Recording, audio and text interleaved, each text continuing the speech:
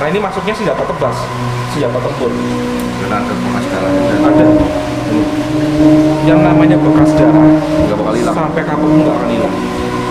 Nanti tak tunjukkan tombak yang benar-benar pernah dipakai untuk berjuang. Sudah ratusan nyawa pernah melayang dan sudah pernah tayang di channel Bawanto Goeng.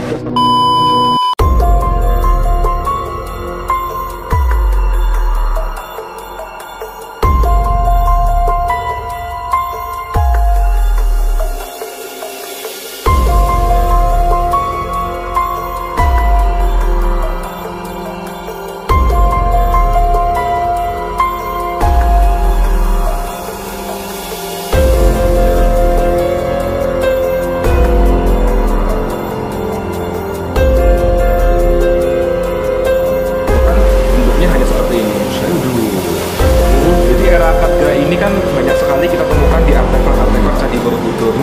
Banyak besar, materialnya juga pulen, tetapi sudah habis yang lain. Jadi bentuk primitifnya Dari keris itu. dari sini.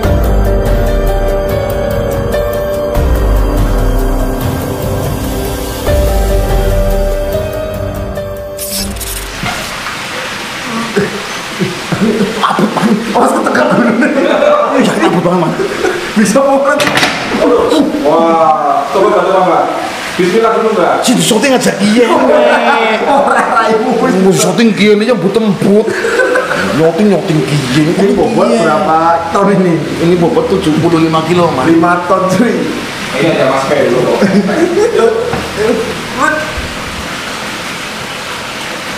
Kamu kan apa sih masih gitu? Takut panas. Itu. Ganjel. Ada acting. Oke. Just for you my friend, jumpa lagi channel Wanto Goeng 212. Nah kali ini Mbak Wanto nemeni temen Mbak Wanto yang sok akrab, sok kenal, sok pede man. Kita si Putra Fajar. Kita ke tempatnya Om Beta Yuwana. Teman sudah terburu maghrib.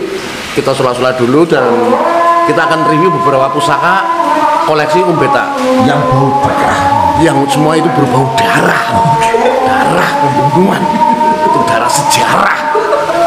Yuk kita ikuti channel Wanto Goeng terus.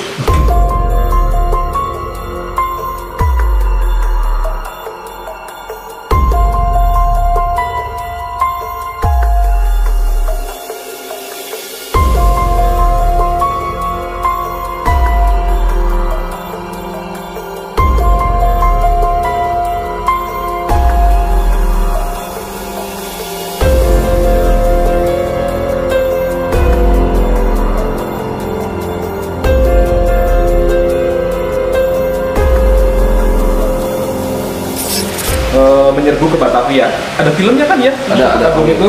Saya lupa itu. Yang menarik ininya. Bisa di zoom nggak? Bisa kelihatan. Nah, Ada ini tulisan ada Arab. kodenya. Oh kode. Di mana waktu pernah diterjemahkan semacam tahun di sini. Tahun 1586. Bukan tahun pembuatan mungkin ya. Bisa tahun pembuatan, bisa mungkin kode apapun itu kita nggak ngerti. Karena kondisinya apa adanya, kita hanya bisa merestorasi seperti ini. Ini masih kita pertahankan. Ini aslinya ya. Masih aslinya walaupun udah rusak seperti ini, tetap kita pertahankan. Nah, Wih. Jadi semacam golok ya. iya, karena ini masuknya senjata tebas, senjata tempur. Dan ada bekas darahnya dan Ada. Ini. Yang namanya bekas darah nggak bakal hilang. sampai kapanpun nggak akan hilang. Nanti tak tunjukkan tombak yang benar-benar pernah dipakai untuk berjuang. Sudah ratusan nyawa pernah melayang dan sudah pernah tayang di channel Bawanto Goeng 212. Bentuknya hampir mirip tombak tapi bukan tombak. Ininya pipih, kotak. Kalau kita lihat mungkin hampir mirip senjatanya Naruto, kunai. Tapi dengan ukuran sebesar ini, apa zaman dulu orangnya gede-gede juga ya, raksasa juga ya. Begini. Tapi kayaknya tombak atau tombak Om. Kayak tombak. Yang bikin Om ragu atau tombak di mana? Di paksinya. Di paksi sini. Paksi. Kalau tombak paksinya cuma segini, nggak akan kuat di Betul apa juga. ya di landiannya itu. Iya. Iya. Dimasukin ke kayunya itu ya. Ini mengecil, membesar di sini. Dan ini kotak pipih. Keris juga nggak mungkin ya? Keris enggak, karena keris pun harus ada gojonya, ada paksinya. Ini enggak. Dan ini juga masih kayak lipatan juga Lipatannya nih, lipatannya. Walaupun masih kotor seperti ini, lipatannya kelihatan orisinil banget. Ini barangkali ada yang tahu ya, bisa kita sharing bersama. Atau mungkin Kerisnya apa? keris Bukan yang di sini. Iya. Mungkin zaman dulu kan ada invasi negeri Tiongkok sana, pertukaran hasil bumi, sana membawa pusakanya apa, gitu kan. Ya, hampir mirip punyanya Yoko ya, mungkin ya senjatanya Yoko. Jangan. Yoko What's Not Legend dong. Oh, film iya. lama bener itu. Siluman ular putih. Bayonet bukan. Bukan. Kalau kan? ini siluman ular lele. Ini looknya 7, berdapur jaran guyan. Ya kan gue bilang. Jaran guyan. Cocok. Jadi kalau sekarang jalan goyang untuk melet orang loh. Ada lagunya sih. Ada jalan lagunya goyang. ya. Pamornya Ini pamornya Mongkon Isen. apa? Mongkon Isen. Mongkon Ya, isen. tapi di bawahnya juga ada Rojo Gundolonya ini. Rojo Gundolonya menyerupai orang yang sedang bertapa. Ini guys ya, Iya. kelihatan ya guys ya. Loh, Rojo Gundolo menyerupai Rojo orang yang sedang Gundolo. bertapa. Seperti itu. Oke, Ini cakep loh. kalau jenis-jenis seperti ini ada di era Mojopahit Pengging atau era Kerajaan Pengging. Kalau era Kerajaan Pengging memang looknya agak aduhai gitu, kelokannya nggak kaku. Nggak kaku. Nah kalau ini kan nggak bisa buat perang ya. Enggak, lebih ke spiritual sebagai ageman pelengkap. Ageman seperti pelengkap itu, ya. Iya. Kira-kira umurnya berapa nih Om? Kalau Pengging itu kan setelah Mojopahit runtuh ya. Berarti sekitar tahun 1600-1700-an. Masih ratusan tahun juga lah umurnya ya. tahun, iya. Dan masih bisa lestari di sini Om. Kalau saya memiliki prinsip keris sepuh tua itu tidak harus rusak atau korosi. Keris baru tidak harus utuh. Keris tua pun kalau terawat ya tetap masih bagus, masih enak dilihat. Keris baru nggak terawat ya cepat rusak, kena korosi juga seperti itu. Nah cara perawatannya kan yang saya itu kan direndam air kelapa ya, terus diituin jeruk nipis gitu ya biar korosinya hilang.